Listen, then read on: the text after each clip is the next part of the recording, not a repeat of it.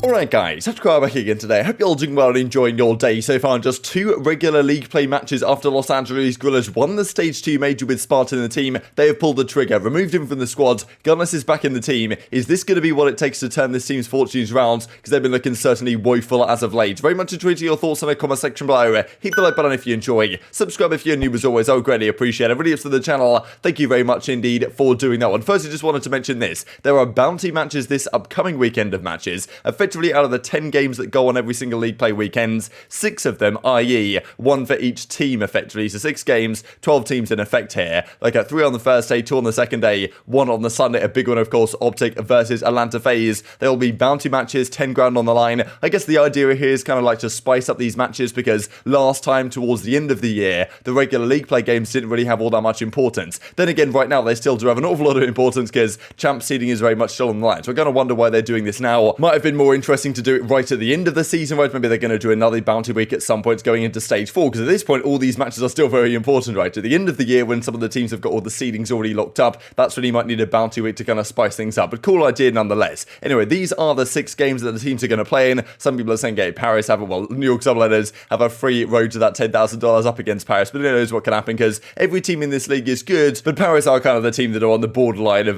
qualification for that title, I suppose. They've only got 20 points so far this season. They've only got 1-2 league matches. It's pretty tough scenes, but honestly, as of late, Los Angeles Guerrillas have hardly looked much better. We'll see that here in a second. Just wanted to mention this real quick. Challengers Cup winners in the European side, it's actually Gizmo in the guy. So of course, Gizmo right now from the London Royal Ravens, he's back in the UK, spending some time with family, and of course Harry's replaced him. There's been some role chaos really with their London team. They haven't looked great as of late either, especially because, well, compared to when Gizmo was in the team right at the start of the year. But he comes back, they win the Challengers Cup. Fair play to them. Assault and the boys actually win the North American Challengers Cup as well. Not really sure what was going on for the streams of this actually, just because there was some mention here from Clayster, who's now involved in that Challenger scene. When is the Challenger scene going to get an overhaul in support and format? Saying there's really nothing that's going on down here. Like, we need much more support if you actually want to make this successful, because even as MajorManiak says, another kind of former pro, of course, well, current pro, right, on the bench, both of these guys, but, not right now in the starting team. 0 streams for a cup finals last night, which was actually meaningless outside of reps because you don't get points when you're in the elite. He's basically saying for a few different reasons, like the cup finals wasn't even streamed. It was a very entertaining one of that, I believe, between the 2 teams. That's what Hicksy says here in the replies. But just the format, the kind of scheduling, and the support for the scene doesn't really make sense. And there's a fair few players now that have been down there and kind of seen this, I suppose, in the flesh, right? And the frustrations they're letting me know. So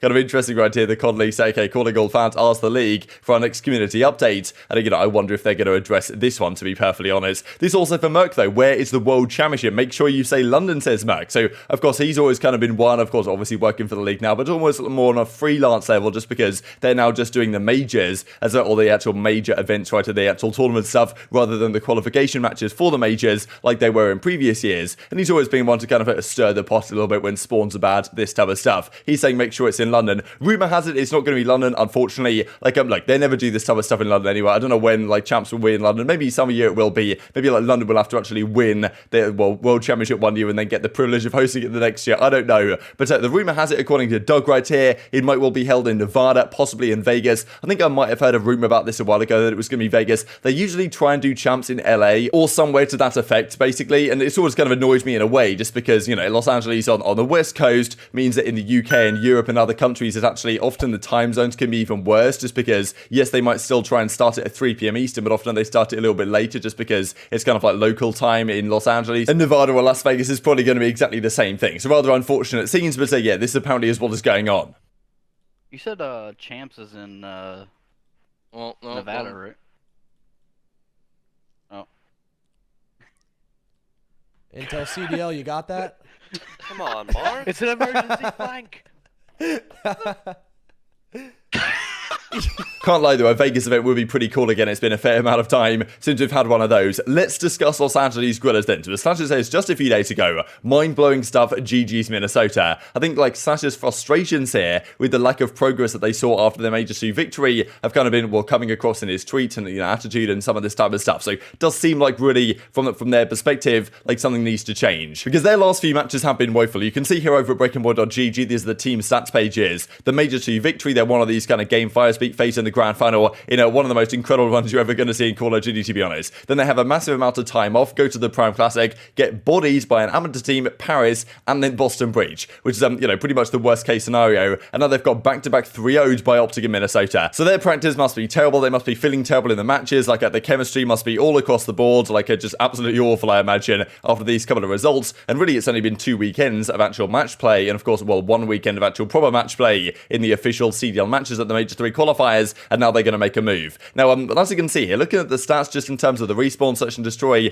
control, the control is absolutely tragic all across the board. But in terms, they're 0 and 5 in control actually so far, which I suppose makes a bit of sense. But even given the fact that they're search and destroy, they've won on that crazy 10 win streak at Major 2, and in these matches since then, they're now 2 in 5. And it really has, to me, been probably Asim, who, the individual who's kind of suffered the most, right? I would say he was certainly the MVP of this team so far this season, was performing like when he was performing well, as he was most of the time. That's when they got their results. Now he's dropped off the pace a little bit. The team is just getting completely bodied, despite the fact that Spart, Slasher, and Huke don't have the worst, individual statistical performances here in the world, especially in, search and destroy, for example. Of course, this is what Gunless says back in March. That's when Spart initially subbed in, effectively, unintentionally, really, from Gunless' side. Of course, he was unwell at the time. He breaks down on exactly the reasoning for that here. He has surgery not too long after this, and has since been recovering. Spart comes in for the Major, wins the Major with Spart in the team instead of Gunless, and then LAG understandably think, okay, we probably have to keep Spart in the team, but we've got to give him his credit. We looked better with Spart than we did with Gunless, but of course, there was the Volk situation that came into effect there, and where of course, well, Spart kind of introduced that into the meta, won the event with it, very similar to the Rampart situation in fairness that Gunless' team Luminosity won with Classic back at Fort Worth 2019, back in the Black Ops 4 days. That team fell off shortly afterwards, as seemingly has the Los Angeles Guerrillas right here, and they confirm yesterday that with Gunless now back to full health, he will be returning to the starting team. So whether it's like a chemistry thing internally, or whether Slasher got frustrated with whatever was going on with Spart, or whatever the case might be, whenever you win an event and things fall off quickly, like,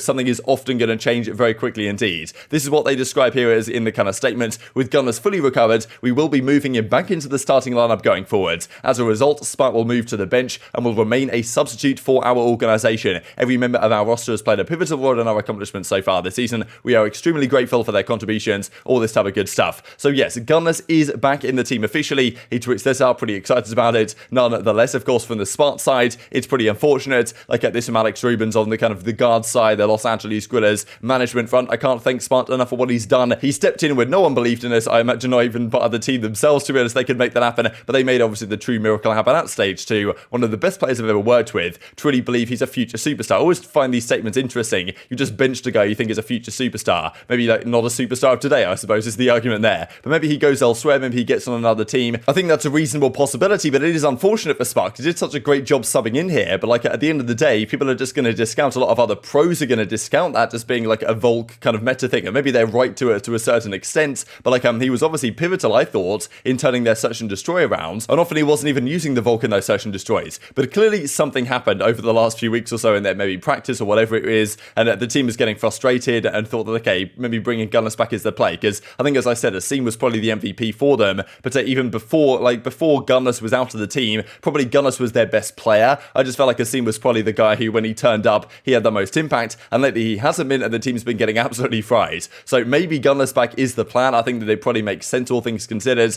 given the fact that they've been underperforming with Spart. I think they know that, they had some great potential with Gunless, and Spart was the one who helped them realise that at the Major. But you do have to wonder, really, like, what's next for Spart in this situation, because he's now in a really tough spot where some other leagues, some other teams might want to pick him up and give him a go, but it's a similar situation in a way to what happened on Los Angeles Guerrillas back in the day in Modern Warfare. He comes in, performs relatively badly, and doesn't get a chance for another couple of years. A similar thing could repeat itself here, to be honest. Yes, he did a phenomenal job for Los Angeles Guerrillas, won an event with them, but I'm sure a lot of pros are going to look at it and think, okay, well, it doesn't really count because he had the Volk out, which really isn't the whole story and doesn't show the whole truth there, but I'm sure that's how some of the pros are going to think, right, when they consider, okay, do we bring Spart into our team? Just looking at the fact that now that, a few weeks later, they've made the bench change to turn it around once again. To his recent situation, he does say it's all about the bounce back, right, so he's going to sit there on the bench. Maybe another chance will come up on this team or on another team, but it seems rather unlikely the way the league is progressing right now. Just wanted to look at this then, right, so this is Los Angeles Guerrillas' season so far. In terms of standings, they're actually looking okay. We'll see that here in a second, but they started the season pretty badly. They did just about turn things around. They got back-to-back 3-0 here in Major 1, and then the first, I guess, week of matches in Major 2 by the Minnesota Rokkr and the Florida Mutineers. Then they turned things around. They beat Paris and they beat Seattle Seattle Surge. They beat Los Angeles Thieves, which,